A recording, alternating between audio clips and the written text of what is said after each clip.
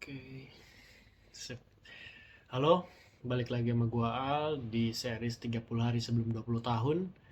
Di hari ke bukan di hari ke sih ya. Sebenarnya gua dari kemarin salah ya, salah ngomong. Jadi bukan di hari ke, tapi sisa 24 hari lagi. Ya, yang kemarin hari 25, sisa ke 25 hari lagi.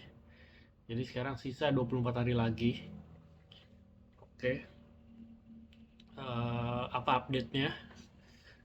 Oke, dari secara update sih nggak banyak lagi-lagi, tapi gue cukup masih oke dengan progresnya karena kemarin gue bilang kan sisa kreatif kan. Nah, ini kreatif udah selesai. Jadi kreatif udah selesai semua barusan banget nih. Jadi gue baru uploadin ke Instagram sama Facebook ya. Gue uploadin dulu. Kenapa? Biar IG-nya ada isi lah gitu ya. Nah, terus dari gua ngupload ini, tadi gua jadi kepikiran, ini kayaknya Instagram gua harus dibeli deh followersnya. Harus beli followers gitu ya. Kenapa? Sebenarnya gue itu orang yang anti anti banget sama beli followers karena itu nggak organik dan palsu dan akan membuat akun itu jadi jelek performanya gitu ya, maksudnya tuh akan susah di-push sama si Instagram gitu, karena ada follower tapi gak ada engagement, itu akan jelek performanya. Nah, tapi mungkin gue akan coba gitu ya, karena kalau misal pun gue pengen hilangin ya tinggal gue remove aja gitu, ngelihat performa itu. Nah, terus concern yang kedua adalah gue takut ke banned ya. Jadi kini kan akun ini umurnya baru belum seminggu ya, malah ya kayaknya ya. Ya belum seminggu. Udah sih, udah semingguan lah, seminggu pas kayaknya ya.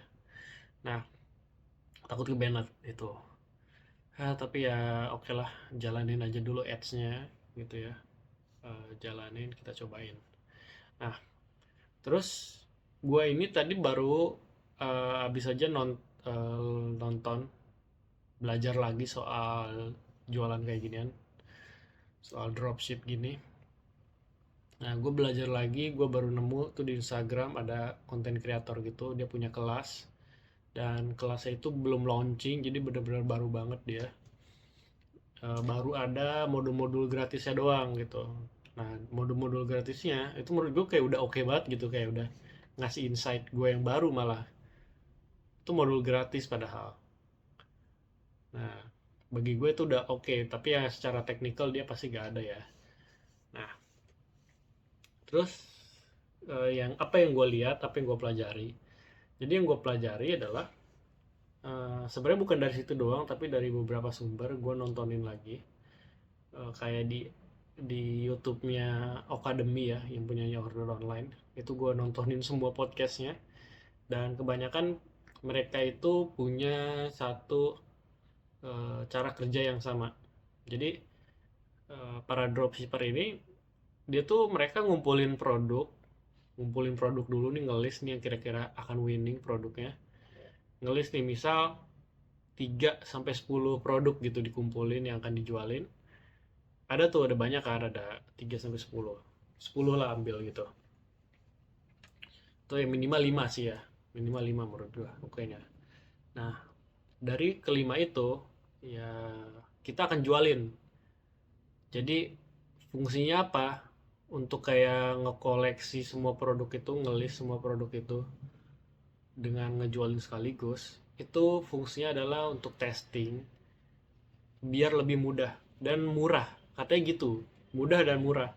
Nah, sebenarnya gue udah pernah denger juga kan soal orang kayak ngumpulin produk dulu baru ngeblast gitu.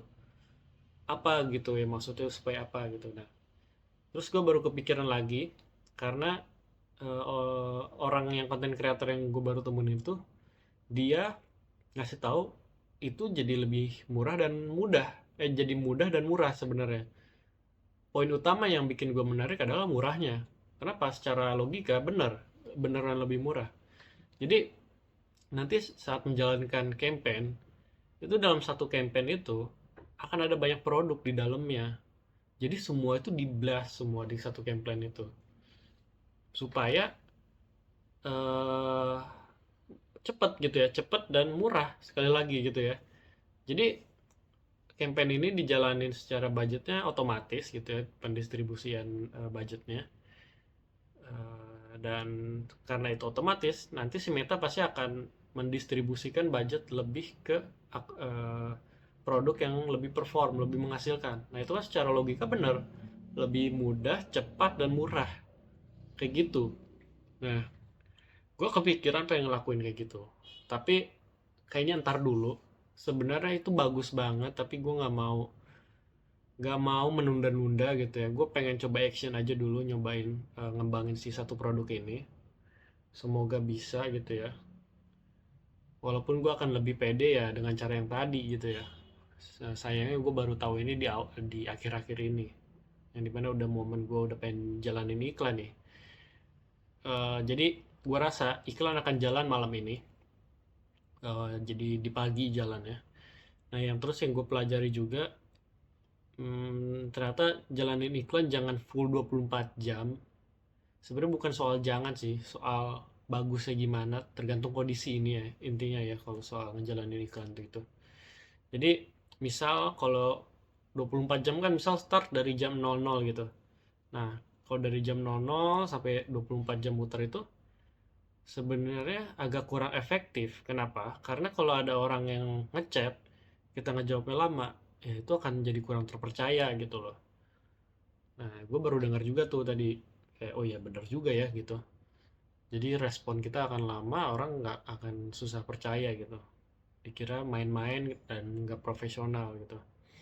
Nah ya udahlah, gue kepikiran soal jam posting atau jam launchingnya, jam iklannya jalan gitu ya. Nah gue kepikiran sih nanti paling jalannya jam jam 9 atau jam 10 sih, jam 10 ya. Sama kayak jam kantor gue, mungkin gue samain aja. Kayak gitu. Atau ya paling mungkin jam 6 sih, jam 6 pagi. Bisa lah menurut gue. Tinggal diatur aja opennya tuh jam berapa gitu kan di WhatsApp. Kalau misalnya ada ngechat. Jadi gue coba-coba dulu. Nah, inilah maksud gue, kalian nonton, kalau ada yang nonton ya juga, kalau ada yang nonton, kalian jadi belajar bahwa ya udah coba aja dulu gitu loh, jangan kayak kebanyakan overthinking. Nah gue itu sebenarnya ini ngelatih diri gue sendiri juga gitu. Gue bukan pengen ngajarin atau gimana ya, gue cuman sharing ini yang gue lakuin sekarang. Jadi yang gue pengen latih adalah udah lakuin aja dulu gitu, mulai aja dulu. Ternyata kata-kata mulai aja dulu tuh bukan hal yang klise, yang yang harus kalian abain aja gitu, tapi coba kalian pikirin deh, mulai aja dulu itu benar-benar harus, benar-benar maknanya itu dalam gitu loh. Kalian benar-benar harus mulai gitu. Kalau nggak mulai ya eh, nggak akan belajar dengan sendirinya gitu. Gitu sih menurut gue. Jadi coba aja dulu, jangan kebanyakan informasi terus malah kayak jadi overthinking gitu. Nah itu jangan tuh. Itu yang sulitnya di zaman sekarang, kebanyakan informasi jadi overthinking gitu ya. Nah terus ini, hmm, gue pengen nambahin lagi sih. Jadi soal kenapa gue mendokumentasi ini kan gitu ya. Karena eh, kebanyakan orang tuh yang gak gue setuju ya gitu ya. Yang gak gue setuju adalah yang gak ya yang gak gue setuju adalah ketika ada yang ngasih statement soal udahlah berproses itu diem-diem aja, nggak usah diumbar-umbar, biar nantilah hasil yang berbicara gitu ya. Nah gue nggak setuju sama statement itu gitu. Jadi kayak kita tuh udahlah misterius-misterius aja, nggak usah tampil di mana-mana gitu.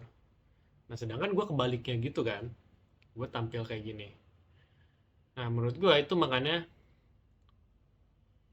banyak orang tuh gagal menurut gue. Karena apa? Karena kalau kalian ngumpet-ngumpet kayak gitu ya, itu sama aja kayak bikin kalian tuh nyaman gitu, aman, ngerasa aman. Karena kalau kalian misal nggak berprogres, nggak ada hasil, kalian akan ngerasa ya udahlah, nanti lagi gitu.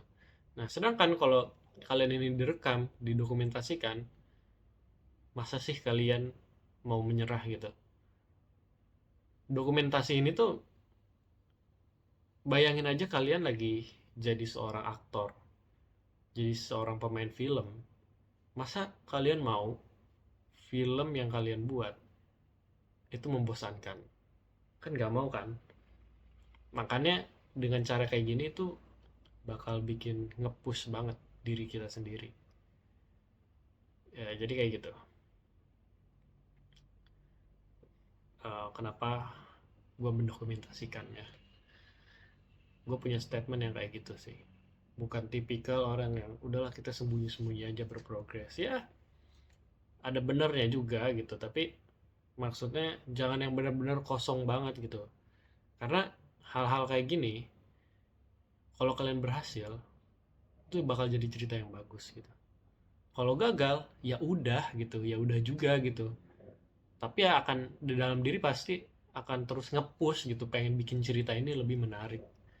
Jadi nge-push diri kalian untuk selalu berhasil gitu. Walaupun ini akan sangat terpressure ya, tapi ya itulah itulah serunya hidup mungkin ya. Jadi ya harus ada challenge-nya gitu, challenge lebih. Ya, mungkin itu tadi soal project itu udah gue jelasin, gue akan ngelakuin apa aja. Ya, gue akan jalan iklan sih. Bisa nih hari ini. Sekarang itu udah jam 12 kurang 10 lagi. Jadi kemarin juga gue di jam segini nih syuting. Sekarang jam segini lagi di tanggal menuju tanggal 18. Sekarang masih tanggal 17. Ya, bentar lagi tanggal 18. Oke, soal project kantor itu sudah selesai. Jadi besok itu tinggal pitching. Ya, akhirnya selesai juga. Jadi hari ini gue WFH. Gue itu WFH karena kemarin itu gue sama tim ngerjain project sampai jam 3 pagi. Gila. Makanya gue juga progresnya agak slow kan, karena ini ada kerjaan ini sama. Jadi hari ini WFH, jadi lebih enak juga sih, untungnya WFH. Oke, see you di next episode. Bye bye.